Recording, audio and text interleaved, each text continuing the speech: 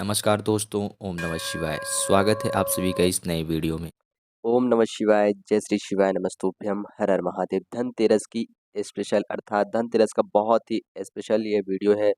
बहुत ही सरल और बहुत ही सहज, बहुत ही फ़ायदेमंद, बहुत ही ज़्यादा कारगर, बहुत ही ज़्यादा लाभदायक आप सभी के लिए वीडियो क्यों? क्योंकि यह वीडियो धनतेरस स्पेशल है और धनतेरस स्पेशल अर्थात संपूर्ण रूप से धनतेरस की पूजन विधि, पूजन सामग्री, पूजन क्रिया, पूजन उपाय और पूजन के नियम, संपूर्ण बातें, संपूर्ण जानकारी धनतेरस की इस स्पेशल वीडियो में आपको बहुत ही सरल और सहजतम रूप से गुरु जी के आदेशानुसार बहुत ही सहजता से बताए जाएँगे कि कैसे-कैसे, कौन-कौन सी विशेष और मुख्य बातों का ध्यान रखते हुए धनतेरस के इस विशेष पर्व को हम सभी मनाएँगे और किन-किन चीज़ों का ध्यान रखेंगे। जैसे कि यदि हम कोई छोटी-छोटी बात करें, तो दीपक कितने लेने हैं, क्या-क्या चढ़ाना है हम सभी को माता रानी जी के चरणों में, माँ लक्ष्मी जी के चरणों में। माँ लक्ष्मी जी का सबसे विशेष दिन होता है धनतेरस का दिन। क्या शुभ मुहूर्त रहेगा, कौन-सी शुभ घड़ी रहेगी और झाड़ू हम सभी को विशेष रूप से अपने घर में कब लानी है, झाड़ू की पूजा अर्चना कैसे करनी है और किस क्रिया अनुसार करनी है। संपूर्ण जानकारी जानेंगे और समझेंगे पूज्य गुरुदेव जी के निर्देशानुसार धनतेरस की इस स्पेशल वीडियो के माध्यम से। तो चलिए जानते हैं और समझते हैं, लेकिन प्लीज़ उससे पहले वीडियो को लाइक अवश्य रूप से करिएगा। और यदि आप चैनल पर हमारे नए हैं या फिर हमारी मैच पहली बार सुन रहे हैं, तो चैनल को सब्सक्राइब अवश्य रूप से करें। जैसे कि आप सभी को बताया गया है कि यह वीडियो आप सभी के लिए है और धनतेरस स्पेशल अर्थात आप सभी के धनतेरस के पर्व को और भी ज़्यादा उत्तम और भी ज़्यादा लाभदायक और भी ज़्यादा कारगर और भी ज़्यादा विशेष रूप से बनाने के लिए है। तो हम सभी धनतेरस के दिन पे माता लक्ष्मी और भगवान गणेश जी की विशेष रूप से अनुकंपा कृपा प्रदान करते हुए उन सभी की पूजा अर्चना करते हैं। धन्वंतरी देवता की पूजा अर्चना करते हैं, भगवान कुबेर की पूजा आराधना करते हैं, भगवान हरि की करते हैं, महादेव की करते हैं, आदिशक्ति माँ जगदम्बा की करते हैं।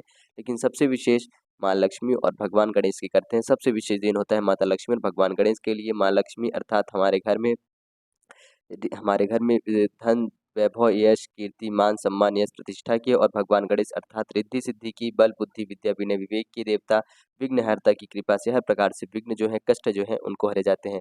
तो हम बात करते हैं सबसे पहला प्रश्न जो हम सभी का रहेगा कि धनतेरस का शुभ मुहूर्त क्या है?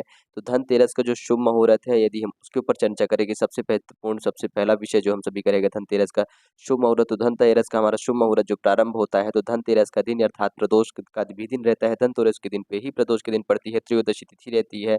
तो जिस दिन त्रयोदशी तिथि रहती है, धनतेरस उसी दिन होता है। इस बात को सभी लोग जानते होंगे। तो जो हम सभी का प्रदोष काल का समय रहेगा अर्थात धनतेरस और प्रदोष की तिथि दोनों एक साथ पड़ती है, इसलिए धनतेरस का दिन और भी ज़्यादा विशेष और महत्वपूर्ण दिन होता है। और जो भी लोग धनतेरस के दिन माता लक्ष्मी जी की पूजा आराधना करते हैं, तो उनको हर चीज़ का जो फल है, वह 13 गुना प्राप्त होता है, अर्थात जो आशीर्वाद है, वह भी 13 गुना प्राप्त होता है। कोई भी फल जो है किसी भी कार्य को लेकर के, किसी भी काम को लेकर के कोई भी कार्य करते हैं, कोई भी मेहनत करते हैं, भगवान के चरणों में अपनी सेवा अर्चना समर्पित करते हैं, माता रानी जी के चरणों में, माँ लक्ष्मी जी के चरणों में सेवा अर्चना समर्पित करते हैं, भगवान श्री गणेश की से चरणों में सेवा अर्चना समर्पित करते हैं, उनके नाम मंत्र का जाप करते हैं, तो आपको उस क्रियाकलाप का जो फल प्राप्त होता है, वह 13 गुना प्राप्त होता है धनतेरस के दिन पे। तो बहुत ही ज़्यादा विशेष महत्व होता है।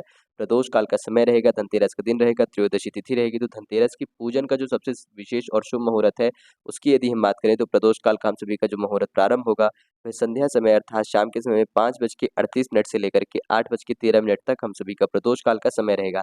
तो अर्थात इस समय से हम अपने इसके बीच में पूजन अर्चना यानी कि प्रारंभ कर सकते हैं। और पूजन करने का जो सबसे विशेष समय प्रारंभ हो जाता है, यानी कि उस समय पे कोई भी जो सबसे शुभ काल होता है, गोधूली काल जो होता है, वह सबसे ज़्यादा उत्तम और सबसे ज़्यादा विशेष माना जाता है धनतेरस के दिन माँ लक्ष्मी और भगवान गणेश जी की पूजा आराधना करने के लिए। तो गोधूली काल जो रहेगा हम सभी का, तो वह 6:31 से प्रारंभ होगा अर्थात 8:31 तक रहेगा। यानी कि मोटा-मोटा देखा जाए तो कम से कम हम सभी के पास 1 घंटा 42 मिनट या 1 घंटा 48 मिनट के करीब हम सभी के पास समय रहेगा। गोधूली काल का जो समय रहेगा अर्थात पूजन अर्चना करने के लिए माँ लक्ष्मी और भगवान गणेश जी के। प्रदोष काल का समय हम सभी का 5:38 से 8:18 तक रहेगा। तो हम प्रदोष काल के समय पे जो भी माँ लक्ष्मी और गणेश जी के निमित्त या कहें फिर भगवान हरि और महादेव जी के निमित्त अपनी इच्छा मनोकामना के निमित्त कोई भी उपाय करना चाह रहे हैं, तो वह भी उपाय भी कर सकते हैं संध्या को 5:30 बजे के बाद और 6:30 बजे के बाद फिर हम माता लक्ष्मी और भगवान गणेश जी के निमित्त उनके लिए पूजा आराधना कर सकते हैं। और इसके पहले सबसे विशेष और सबसे महत्वपूर्ण धनतेरस का जो दिन रहता है, विशेष रूप से हम सभी के लिए कोई न कोई नई चीज़ या कुछ न कुछ नया खरीद कर के लाते हैं माता लक्ष्मी और भगवान गणेश जी की याद में और उसकी हम पूजा अर्चना करते हैं। तो खरीदी करने के लिए जो सबसे शुभ मुहूर्त रहता है दीपावली के इस पर्व के धनतेरस के दिन पे, तो खरीदी करने का जो सबसे शुभ मुहूर्त रहेगा धनतेरस के शुभ पर्व पे, तो वह 10:59 सुबह के 10:59 से लेकर के संध्या काल के 4:55 अर्थात 5 बजे तक का जो समय रहेगा, वह खरीदी करने के लिए बहुत ही ज़्यादा शुभ और उत्तम समय रहेगा। त्रयोदशी तिथि इस समय पर अवश्य रूप से रहेगी।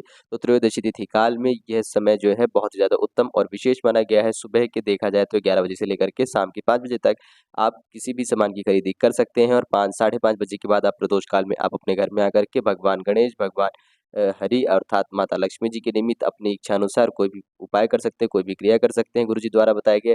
और शाम को साढ़े 6 बजे के बाद उपाय वगैरह करने के बाद आप भगवान माता लक्ष्मी और भगवान गणेश जी के निमित्त उनकी पूजा आराधना कर सकते हैं। अपने धनतेरस के पर्व को आगे मना सकते हैं और उसके बाद फिर आप दीपक वगैरह प्रज्वलित करते हुए पटाखे वगैरह जला सकते हैं।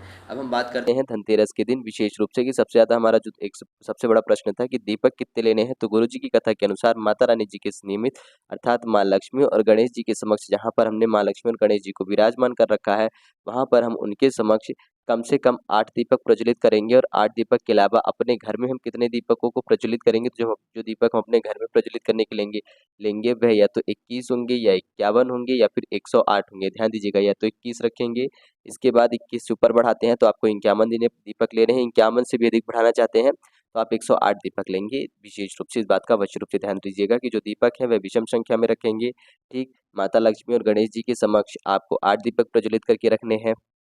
साथ ही साथ एक बात का और ध्यान दीजिएगा कि घर के लिए जो दीपक आप जलाएंगे, घर के सभी स्थानों में वह दीपक आप तेल के जला सकते हैं, परंतु जो आप माता रानी लक्ष्मी अर्थात माँ लक्ष्मी जी के समक्ष और भगवान गणेश जी के समक्ष जो आप दीपक जलाओगे वह दीपक आपके घी के ही होने चाहिए। इस बात का विशेष रूप से ध्यान दीजिएगा कि भगवान गणेश और माता लक्ष्मी जी के समक्ष जो दीपक जलाओगे वह घी के दीपक होंगे और जो घर में आप बाकी के अन्य दीपक जलाओगे वह तेल के दीपक होंगे। सबसे महत्वपूर्ण विशेष बात एक और है कि जो आपके दीपक रहेंगे सभी के सभी दीपक लंबी बाती के रहेंगे। इस बात का विशेष रूप से ध्यान दीजिएगा।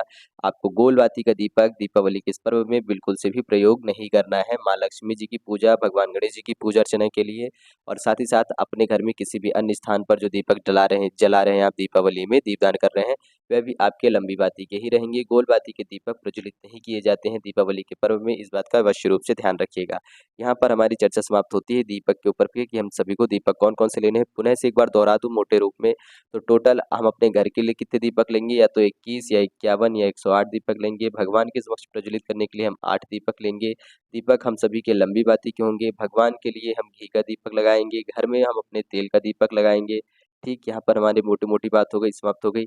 अब जो हम सभी का आगे बढ़ते हैं अपनी दूसरी चीज़ की ओर, तो हम सभी को विशेष रूप से कौन-कौन सी चीज़ें समर्पित करनी है। हमने शुभ मुहूर्त की बात कर ली है, किस समय पे पूजा करनी है, प्रदोष काल का समय क्या रहेगा, खरीदी का शुभ मुहूर्त क्या रहेगा, दीपक कितने लगाने हैं। अब हम बात करेंगे कि हमें कौन-कौन सी चीज़ें माता रानी जी को समर्पित करनी है, जिससे कि माता रानी विशेष रूप से प्रसन्न हो सके। तो उनमें से सबसे महत्वपूर्ण, सबसे विशेष चीज़ होती है अमरबेल। अमरबेल आप सभी को धनतेरस के दिन अवश्य रूप से समर्पित करनी है। कितनी समर्पित करेंगे, तो कम से कम 5 से 7 अमरबेल के टुकड़े समर्पित कीजिएगा। किसी भी आपको पूजा की दुकान में, पूजन सामग्री की दुकान में अमरबेल आसानी से मिल जाएगी। तो 5 से 7 टुकड़े अमरबेल के अवश्य रूप से करिएगा। माता रानी जी को, माँ लक्ष्मी जी को बहुत ही ज़्यादा अत्यंत प्रिय होती है अमरबेल। या फिर अमरबेल नहीं समर्पित कर पा रहे हैं तो एक पान का पत्ता लें और उसमें शहद की 1 से 2 बिंदी लगाएँ या फिर शहद का लेपन करें एक साइड में और पान का पत्ता समर्पित करिएगा। ठीक, या आप अमरबेल समर्पित करें या फिर पान का पत्ता समर्पित करें, परंतु समर्पित ज़रूर करिएगा, दोनों में से कुछ न कुछ एक चीज़।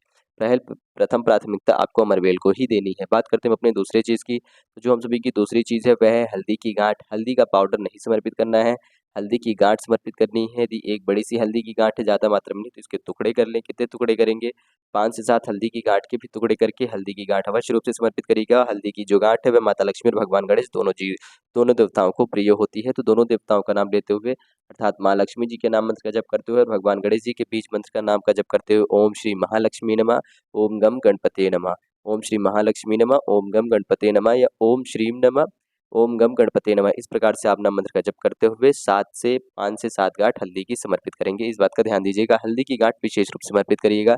इसको आप हटा नहीं सकते, इसको स्किप नहीं कर सकते, तो हल्दी की गाँठ अवश्य रूप से समर्पित करें। सबसे महत्वपूर्ण, सबसे विशेष चीज़ अमरबेल के साथ-साथ, हल्दी की गाँठ के साथ-साथ सबसे महत्वपूर्ण होता है जो कि माँ लक्ष्मी जी को सबसे ज़्यादा प्रिय है, जो कि आपके जीवन में, आपके घर परिवार में अष्टलक्ष्मी को आकर्षित करने की, अष्टलक्ष्मी को आमंत्रित करने की, अष्टलक्ष्मी की कृपा प्रदान करने की सहायता करता है, वह है आप सभी का कमल का पुष्प। तो कमल का पुष्प कम से कम कमल का पुष्प अवश्य रूप से समर्पित करें, कहीं से भी प्रबंध करके। हाँ, हो सकता है कि कमल के पुष्प की जो माँग है वह अधिक बढ़ जाए, इसकी वजह से इसके जो दाम है वह ज़्यादा से ज़्यादा हो सकते हैं बाज़ार में। तो यदि आप ले पा रहे हैं कमल के पुष्प तो ठीक है, बहुत अच्छी बात है, अन्यथा यदि आपके बजट से बाहर लगता है कोई बात नहीं, आप कमल के पुष्प की जगह पे कमल गट्टे भी समर्पित कर सकते हो। यदि कमल का पुष्प समर्पित करेंगे तो 1 समर्पित करेंगे, कमल गट्टा भी समर्पित कर रहे हैं तो 1 से 3 कमल गट्टे भी आप समर्पित कर सकते हैं। कमल गट्टों की संख्या बहुत ज़्यादा बढ़ाने की आवश्यकता नहीं है, 1 से 3 कमल गट्टे समर्पित करते हैं, बहुत अच्छा रहेगा। 1 से 3 का तात्पर्य ये है कि ऐसा नहीं कि 2 कमल गट्टे, या तो 1 कमल गट्टा समर्पित कर दें या फिर 3 कमल गट्टा समर्पित कर दें, परंतु कमल गट्टा या कमल का पुष्प अवश्य से कुछ न कुछ समर्पित ज़रूर रूप से करिएगा। यहाँ पर अब हमने बातें कर ली कौन-कौन सी चीज़ें समर्पित करनी है।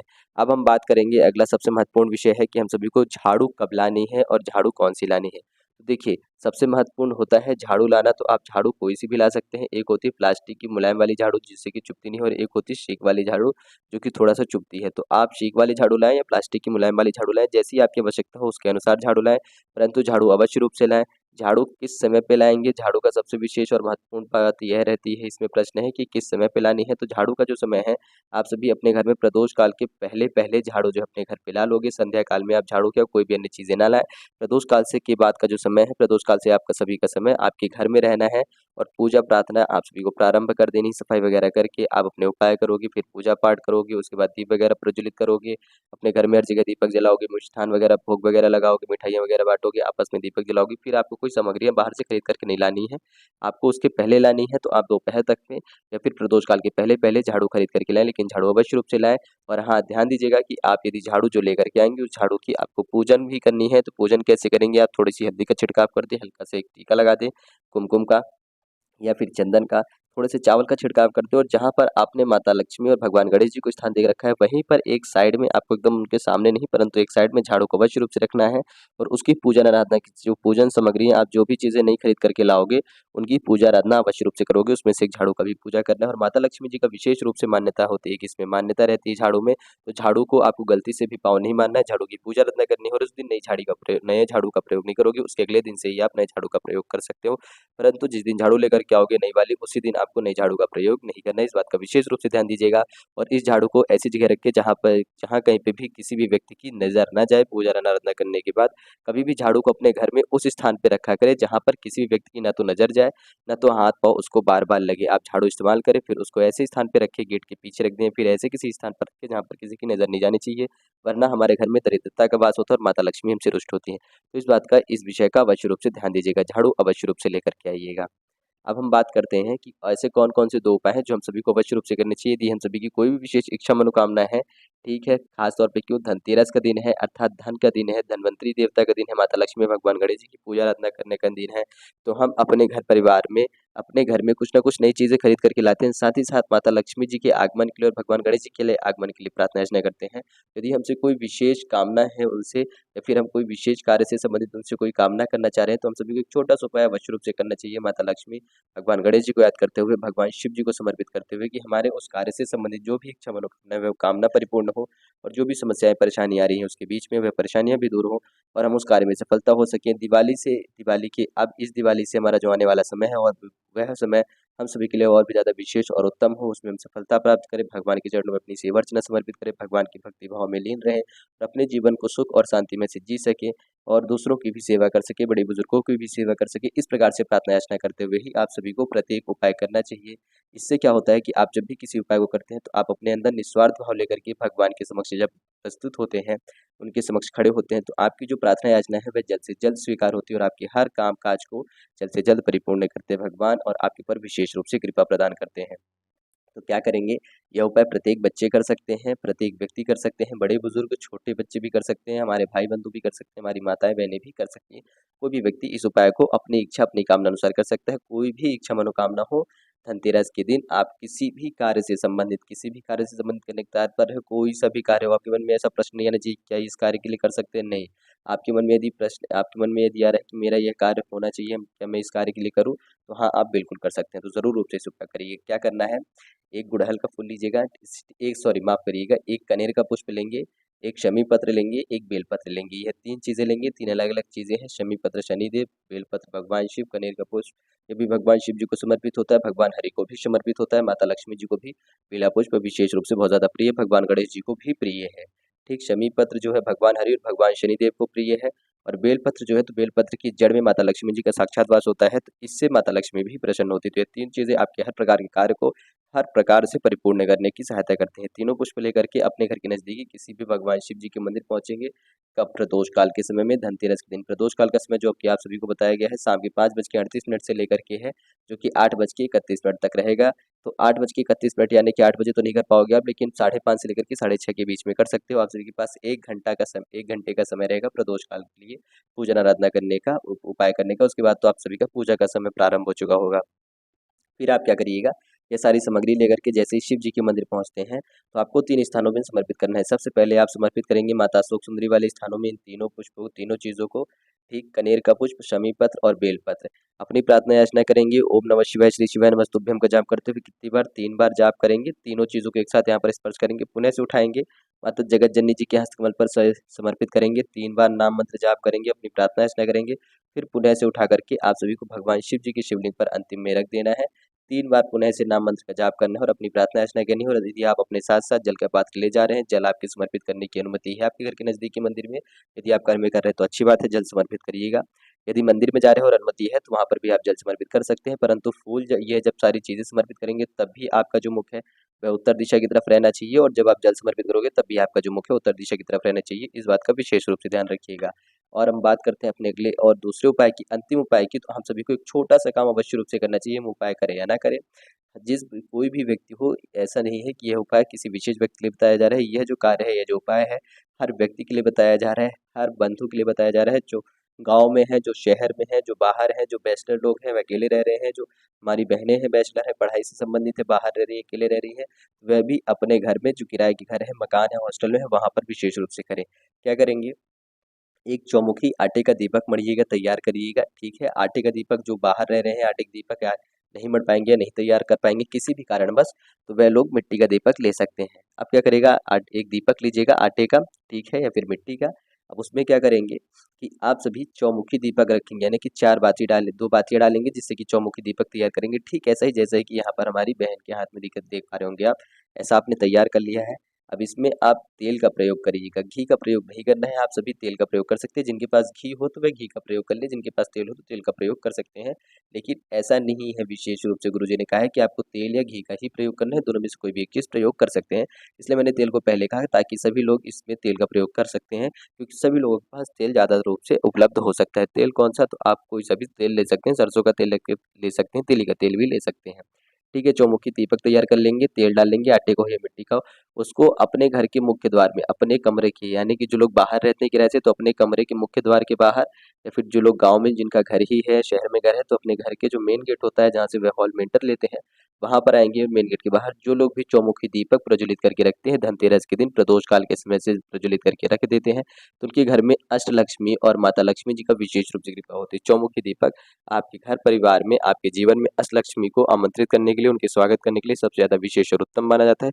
तो चौमुखी दीपक जो है बहुत ही ज़्यादा विशेष और उत्तम रहेगा, बहुत ही ज़्यादा अच्छा रहेगा आप सभी के घर में माता लक्ष्मी की और अष्टलक्ष्मी जी की अनुकंपा कृपा प्रदान करने के लिए। तो चौमुखी दीपक अपने घर की चौखट पर अवश्य रूप से एक दीपक सीधे हाथ की तरफ, यानी कि आप खड़े होंगे अपने घर की तरफ मुँह करके, और अपने सीधे हाथ की तरफ समर्पित कर देंगे, और आपको रख करके चले जाना है, ठीक है? यानी कि आप अंदर जा सकते हैं, और यह दीपक आप प्रदोष काल के समय पे समर्पित करिएगा। तो यह दीपक ज़रूर रूप से समर्पित करिएगा। तो यह वीडियो अब हम सभी की समाप्त होती है कि कौन-कौन सी चीज़ें थी हम सभी को समर्पित करना था। झाड़ू कब लेनी थी, कमल गट्टे, कमल का पुष्प, हल्दी की गाँठ, अमरबेल, दीपक 21, भगवान के सामने 8, लंबी बाती के दीपक, तेल का और घी का दीपक समर्पित करना है। तेल का दीपक घर में, घी का दीपक भगवान के समक्ष में। खरीदी करने का शुभ मुहूर्त क्या रहेगा, यह भी आप सभी को बता दिए गए हैं। सुबह 11 से लेकर के शाम के 5 बजे तक का आप सभी का शुभ मुहूर्त रहेगा। प्रदोष काल में भगवान माता लक्ष्मी और भगवान गणेश जी की पूजन करने का सबसे शुभ मुहूर्त कौन सा रहेगा, तो गोधूली काल होता है, जो पूजन करने का सबसे शुभ मुहूर्त होता है धनतेरस में, जो कि 6:31 से 8:31 तक रहेगा। प्रदोष काल का समय हम सभी का 5:38 से 8:13 तक रहेगा। सबसे विशेष उत्तम बातें और कैसे करना था हम सभी को धनतेरस की शुभ मुहूर्त, शुभ काल, सभी चीज़ों की बातें कर ली, तो यानी कि संपूर्ण बातें, संपूर्ण क्रियाएं समाप्त हो चुकी है, जो कि धनतेरस में भगवान के समक्ष, भगवान के चरणों में समर्पित करते हुए अपनी सेवा अर्चना, दीपक पूजन अर्चना, संपूर्ण बातों, संपूर्ण चीज़ों के बारे में हमने बातें कर ली हैं। तो उम्मीद करते हैं कि आप सभी को सारी चीज़ें अच्छे से क्लियर हो गई होंगी, पता चल गया होगा कि कौन कौन सी बातों का ध्यान रखना है, और कौन कौन से काम किस किस समय पे करने हैं और कैसे करने हैं। उम्मीद करते हैं कि आप सभी को वीडियो अच्छा लगा हो और वीडियो पसंद भी आएगा, और वीडियो में हर बातें समझ में आएंगी। यदि कुछ प्रश्न हो, कुछ भी मन में संशय हो, तो कमेंट में ज़रूर पूछिएगा, और वीडियो पसंद आया हो तो वीडियो को लाइक और चैनल को सब्सक्राइब अवश्य रूप से करिएगा। धनतेरस की आप सभी को मेरी ओर से हार्दिक हार्दिक शुभकामनाएं। जय श्री शिवाय, नमस्तुभ्यम, हर हर महादेव, ओम नमः शिवाय।